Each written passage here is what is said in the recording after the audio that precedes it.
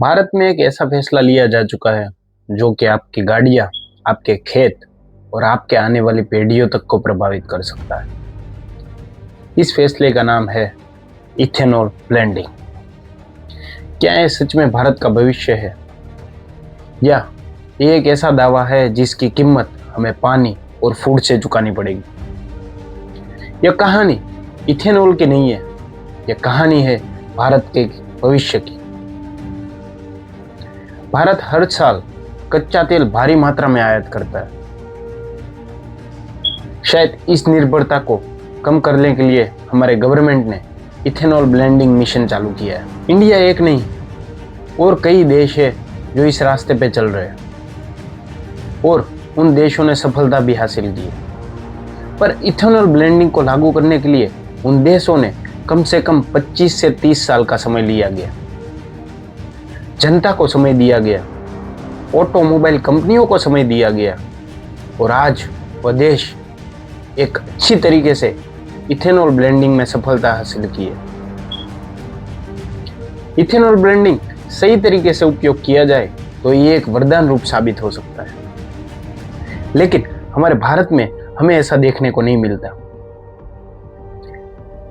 क्योंकि इसका सही तरीके से रोड मैप नहीं बनाया गया। हमारे भारत में हमें देखने को मिलता है कि इससे बहुत ज्यादा विरोध हो रहे हैं। आइए इस पूरे मुद्दे को गहराई से समझते हैं।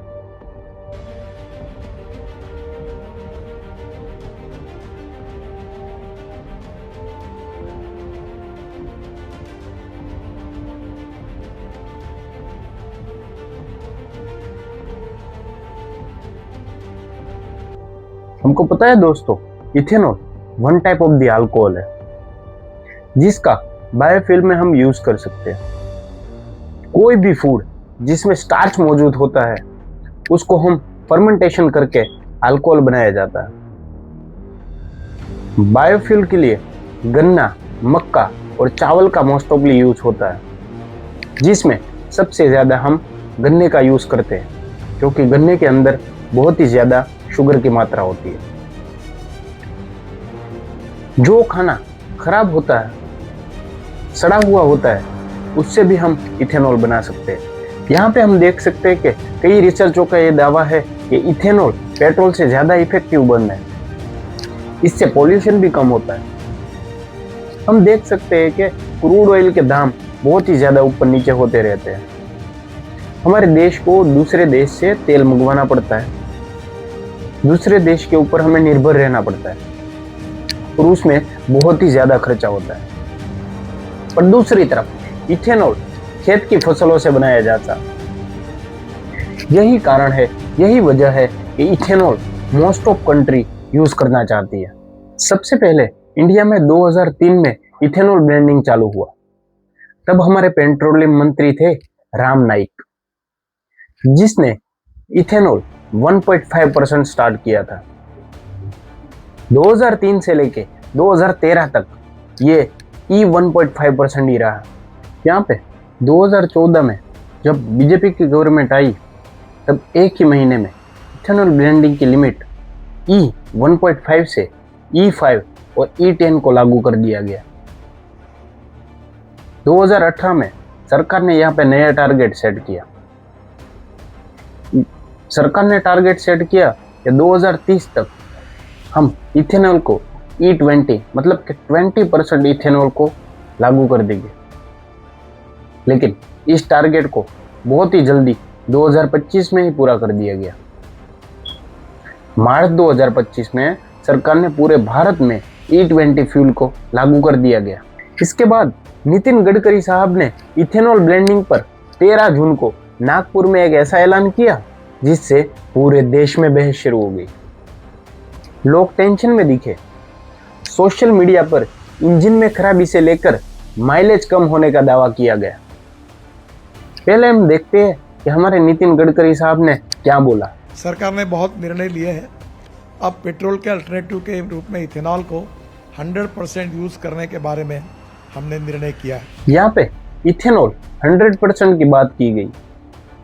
वजह ये बताई गई कि भारत की एनर्जी सिक्योरिटी को सिक्योर करने के लिए। शायद सुनने में तो ये पॉलिसी बहुत ही अच्छी लग रही है, पर कुछ ही समय में यहाँ पे प्रॉब्लम चालू हो जाती है। लोगों की सोशल मीडिया पे कंप्लेंट्स आने लगती है। कई लोगों का यह दावा है कि उसकी गाड़ी की माइलेज बहुत ही ज़्यादा गिर रही है। कई लोग ये भी बताते हैं कि गाड़ियों में स्पेयर पार्ट बिगड़ रहे हैं। इसका कारण और कोई नहीं, हमारे इंडिया के ऑटोमोबाइल सेक्टर है। शायद उसका भी एक रीज़न है। हमारे इंडिया में E20 कंफर्टेबल वाली गाड़ियाँ बहुत ही कम है। अगर आप उस गाड़ियों में E20 पेट्रोल डालोगे तो क्या वो गाड़ियाँ चलेगी? और गाड़ियाँ खराब ही हो जाएगी। ऐसा इसीलिए होता है कि इथेनॉल पानी के साथ इंटरेक्शन करता है, उसको सोख लेता है। अगर आपकी गाड़ी रोज इस्तेमाल नहीं हो रही है तो E20 की वजह से आपकी गाड़ी के टंकी में जंग लग सकता है। अब अभी तक भारत में ज्यादातर गाड़ी E5 या E10 है। 2023 में भारत ऑटोमोबाइल सेक्टर ने E20 गाड़ी बनाना चालू किया है। अभी आपके पास अगर 2024 से पुरानी गाड़ी है तो वो E20 को कैसे कंफर्टेबल होगी? आपको पता होगा पहले की गाड़ियां बहुत ही ज्यादा माइलेज देती थी, पर अब जो कंपनियां गाड़ियां बना रही है उसकी एवरेज कम आती है।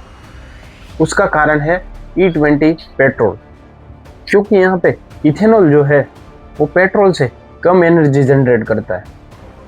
इथेनॉल जितना ज़्यादा इंजन में उतरेगा उतनी एनर्जी बहुत ज़्यादा यूज़ होगी और गाड़ी की माइलेज गिरेगी।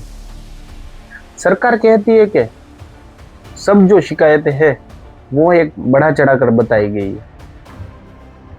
नीति आयोग कहती है कि E10 और E20 व्हीकल में 1 से 2% की गिरावट आती है, बाकी गाड़ियों में 7%।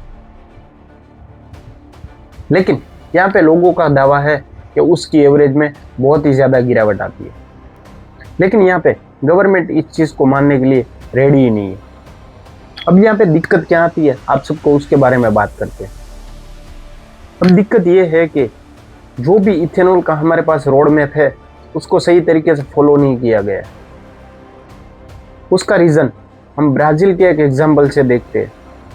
शायद हमारे नितिन गडकरी साहब बहुत बार बोल चुके हैं कि ब्राज़ील में 100% इथेनॉल यूज़ होता है। लेकिन इसमें समझते हैं हम कि कैसे ब्राज़ील ने अपने इथेनॉल पे सक्सेस हासिल की है। ब्राज़ील ने 97 में इथेनॉल ब्लेंडिंग पर काम चालू किया। उसने 1975 में जब तेल का बहुत बड़ा संकट आया था तब ब्राज़ील ने सबसे पहले इथेनॉल ब्लेंडिंग को चालू किया, पर वहां पे पूरा समय लिया गया, जनता को पूरा समय दिया गया, ऑटोमोबाइल सेक्टर को काम चालू किया। इथेनॉल बनाने पर जो भी कंपनियां थी उसको प्रोत्साहन दिया गया। पॉल्यूशन और वाटर कंटामिनेशन को बहुत ही ज़्यादा ध्यान दिया गया। उसके बाद ब्राज़ील ने E27 फ्यूल यूज़ करने में ब्राज़ील को कम से कम 25 साल लग गए। लेकिन हमारे यहाँ एक ही रात में E10 से E20 और E20 से अभी हमारे गडकरी साहब E25 और E30 की भी बातें कर रहे हैं।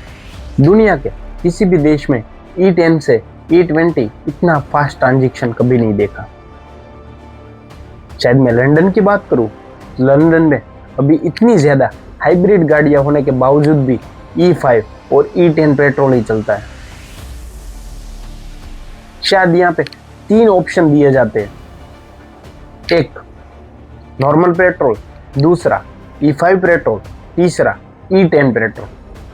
लेकिन हमारे इंडिया में कोई भी ऑप्शन नहीं, ओनली E20 और पावर पेट्रोल जिसके प्राइस शायद हम देख भी नहीं सकते। यहाँ पे एक और दिक्कत है, कोई भी देश की जनता को नई गाड़ियाँ लेने पर मजबूर नहीं कर सकता। शायद सरकार इथेनॉल के बहुत सारे फायदे गिनवाती है, जिसमें से मैं आपको बताता हूँ कि सरकार बताती है कि तेल पर भारत की आत्मनिर्भरता बढ़ेगी। दूसरी चीज, इथेनॉल एक बायोफ्यूल है, शायद उससे पॉल्यूशन बहुत ही कम होगा। तीसरा, इससे किसानों को बहुत ज्यादा फायदा होगा। वाह, ये बातें तो सही है, पर क्या जो आप बड़ी बड़ी बातें कर रहे हैं उसका कोई प्रैक्टिकल फायदा लोगों तक आज तक पहुंचा है? क्योंकि फिलहाल इंडिया में E20 ही चल रहा है। क्या हमारे तेल की आत्मनिर्भरता कम हुई है? क्या देश में पॉल्यूशन कम हुआ है? क्या किसानों को इसका कोई फायदा मिला है? ना ही पेट्रोल के दाम कम हुए। शायद E20 लागू करने के बाद भी आज भी पेट्रोल का दाम हमारे देश में हाईएस्ट प्राइस है। दोस्तों, आप सबको बता दूं कि अभी प्योर पेट्रोल का प्राइस हमारे देश में 163 रुपीस पर लीटर है, और हम जो 100 और 102 में जो पेट्रोल डलवाते हैं वो पेट्रोल E20 पेट्रोल है। लेकिन फिलहाल ही नितिन गडकरी साहब ने एक ब्रॉडकास्ट में बहुत ही बड़ा ऐलान किया है। उसने बोला है E20 के बाद अब हम E25 और E30 को भी लॉन्च करने वाले। लेकिन यहाँ पे एक बहुत ही बड़ी दिक्कत है, जब भी E20 से ज्यादा इथेनॉल जाएगा उसके बाद इथेनॉल पे 18% GST लग जाएगी। अगर 18% GST लगी तो आप सोच सकते हो कि जो प्राइस अभी 100 और 102 पे है वो प्राइस कहाँ पे पहुंचेगी। शायद वो प्राइस 140 या 135 तक जाएगी। इथेनॉल तो बढ़ रहा है, पेट्रोल कम हो रहे, गाड़ियां की एवरेज भी कम दे रही है, लेकिन प्राइस बढ़ रही है। लोगों का विरोध इथेनॉल से नहीं है, लोगों का विरोध है पेट्रोल की प्राइस, लोगों की माइलेज। इससे लोगों का बहुत ही ज्यादा आक्रोश है। क्या सरकार के पास इसके लिए कोई भी नीति है? शायद बहुत सारे लोगों ने इसके ऊपर FIR भी की हुई है, और इसके खिलाफ गवर्नमेंट ने क्या एक्शन दिया है पता हुआ आपको? गवर्नमेंट ने ये बोला गया है कि ये सब एक ट्रायल पीरियड है। अगर ये सब एक ट्रायल है तो शायद ट्रायल मेरे हिसाब से, मुझे जब तक पता है, 1000-2000 लोगों पे होता है। लेकिन यहाँ पे एक ट्रायल देश में पूरी जनता पे हो रहा है। चाहे ट्रायल में सक्सेस जाए ना जाए उससे कोई परवाह नहीं है, उसको तो अपना बिजनेस चलना चाहिए।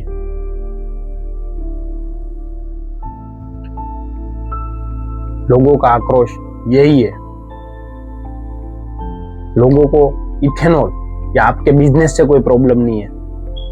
लोगों का ये कहना है कि आपकी कंपनी शायद 3 या 6 महीने में, आप सोच भी नहीं सकते, 500% की ग्रोथ रेट है। 500%। और यहाँ पे जनता की ग्रोथ, प्राइस में कंटिन्यूसली बढ़ोतरी,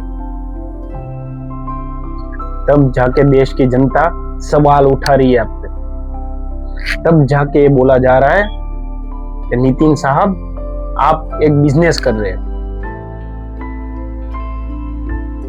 किसी को भी इथेनॉल से 1% भी प्रॉब्लम नहीं, लेकिन उसको सही तरीके से गाइडलाइन को फॉलो की जाए। शायद इससे आम जनता को भी एक प्रॉफिट हो।